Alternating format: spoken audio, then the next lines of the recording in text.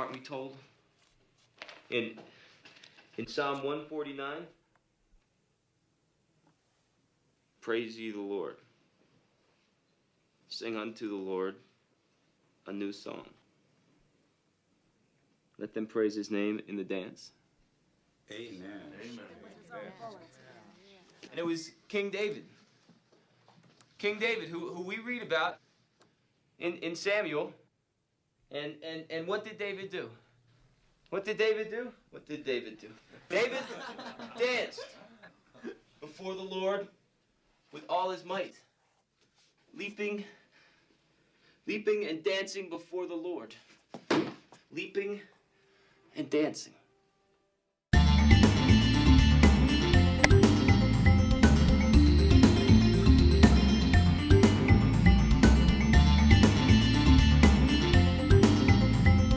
So, Jeff, are you taking a look at the FOOTLOOSE magazine? Yeah. Thinking of updating my wardrobe. Well, you know... be more like Ren. Exactly right, Ren.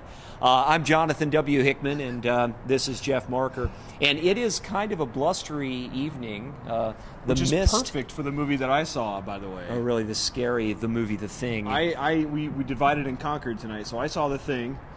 Well, and I saw Footloose, yeah. Tapping your foot along with Footloose. I was. And, you know, I had a bit of nostalgia for the movie Footloose from the 1980s that they remade with Craig Brewer, who I'm a big fan of, at the helm.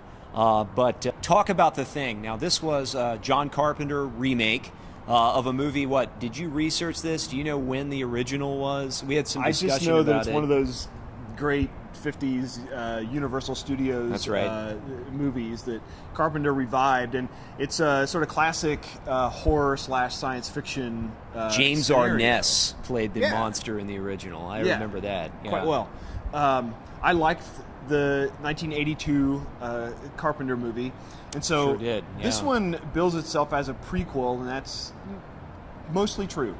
So if you remember the beginning of the 1982 movie, it begins with this crazy opening with these two guys in a helicopter chasing after a dog, trying to shoot it, and you're wondering what in the world happened. Well, it turns out that there was sort of this big incident at one camp in Antarctica.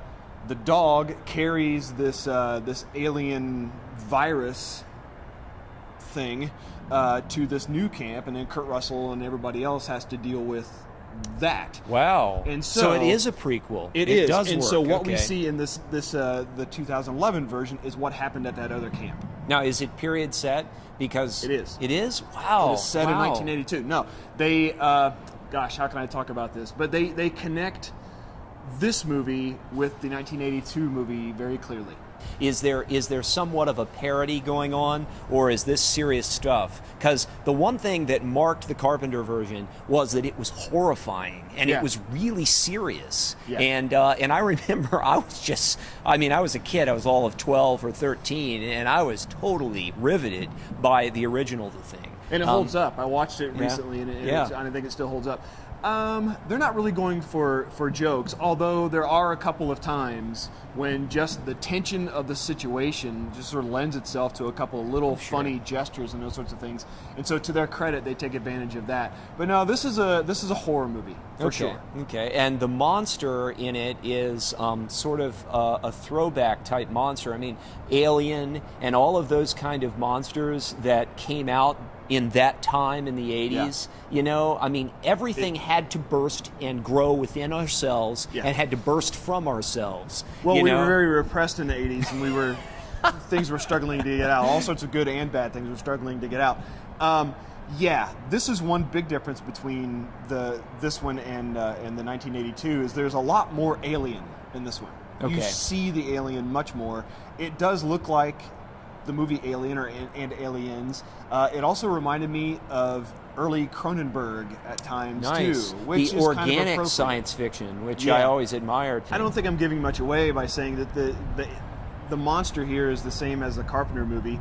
It assimilates the humans that it attacks, and so it just kind of makes sense that all that would be going on.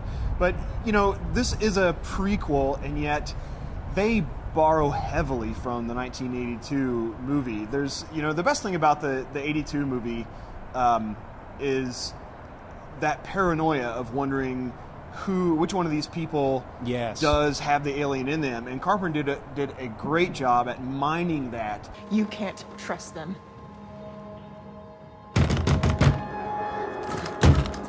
Watch them.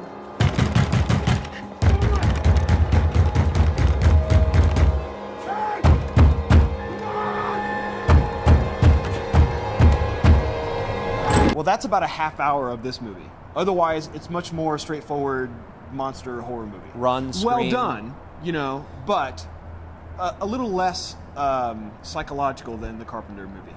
Really? Okay. Well, that's a letdown then, because that means it's less sophisticated, I'd say. Slightly, but I don't know. It's worthy of the 82. I'll put it that way. It's not as good as, but I think it's worthy of it, which is kind of saying something that I would come to that conclusion because, frankly, I was not looking forward to this. I thought this would be a huge letdown, and actually, it wasn't. Oh, well, it's a better movie than I expected it to be. Well, you have a female heroine in this movie, and how does Mary that hold Elizabeth up? Winstead, Yeah. I mean, who was great in Scott Pilgrim, so I just kept waiting for somebody to start singing. You're such a Scott Pilgrim fan. You're on my mind. Oh God. Yeah, so she did fine, actually. I think she's going to sort of prove herself a little bit because this is, I have to check, but I think this is the first really grown-up thing that she has done. Yeah, I mean, I could tell from the trailer that this was a step above what she'd done before, but... I tell you, I'll give you a good comparison.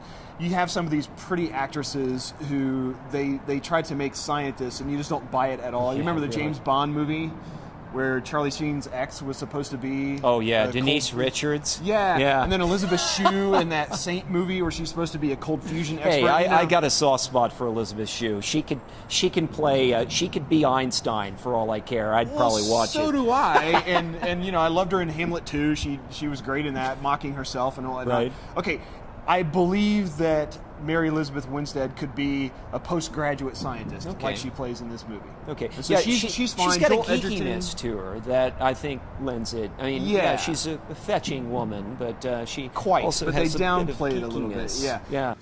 We wasted too much time already. Lars! Listen. When I went back to check it, someone had cleaned up the blood. Someone had wiped it away. All right, so whatever it is still here. And so she's good. Joel Edgerton is good. Ulrich Thompson, who I think is fantastic. If you ever saw the Thomas Vinterberg Festen, the English title is A Celebration, Yeah. one of the Dogma movies, he's a great actor.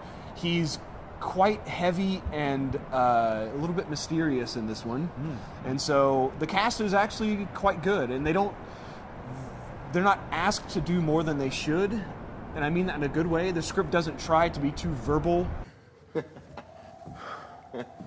Son of a...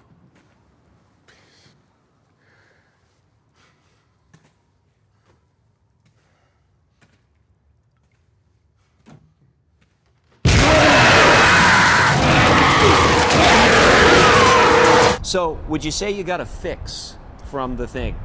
I actually did. Yeah. It's maybe not the biggest fix I've ever given, but yeah, I'll give it a fix. Well, it's a spooky month of October, and I can think of nothing more scary than a remake of Footloose. But if Yeah, I it's guess retro if spooky. That's right. But if I guess you really are looking for more of the traditional variety, you can go see The Thing. Yeah. I would think. Before I get into Footloose, I suffered through the Revolution film that Jackie Chan directed called 1911. Now, of course, that's our title. It has a different title over there. I was so surprised by how bad this movie was. I am a Jackie Chan fan. I know there was a time when he could do no wrong, but he just in 1911 bites off more than he can chew. It's a movie about the revolution and the overthrow of the Qing dynasty. Have you heard anything about this thing? I know that you are not alone Yeah. in saying how bad it is, and yeah, Well, it's getting almost universally panned. I got to tell you, this is the most heavily melodramatic and yet impactless film that I have seen in some time. It's also so confusingly put together. The structure of the tale, which it covers about a year in the history and the unseating of the Qing dynasty, is so dense and confusing that unless you have the shorthand that someone from mainland China probably has, you probably wouldn't be able to follow it. So a big no fix for 1911.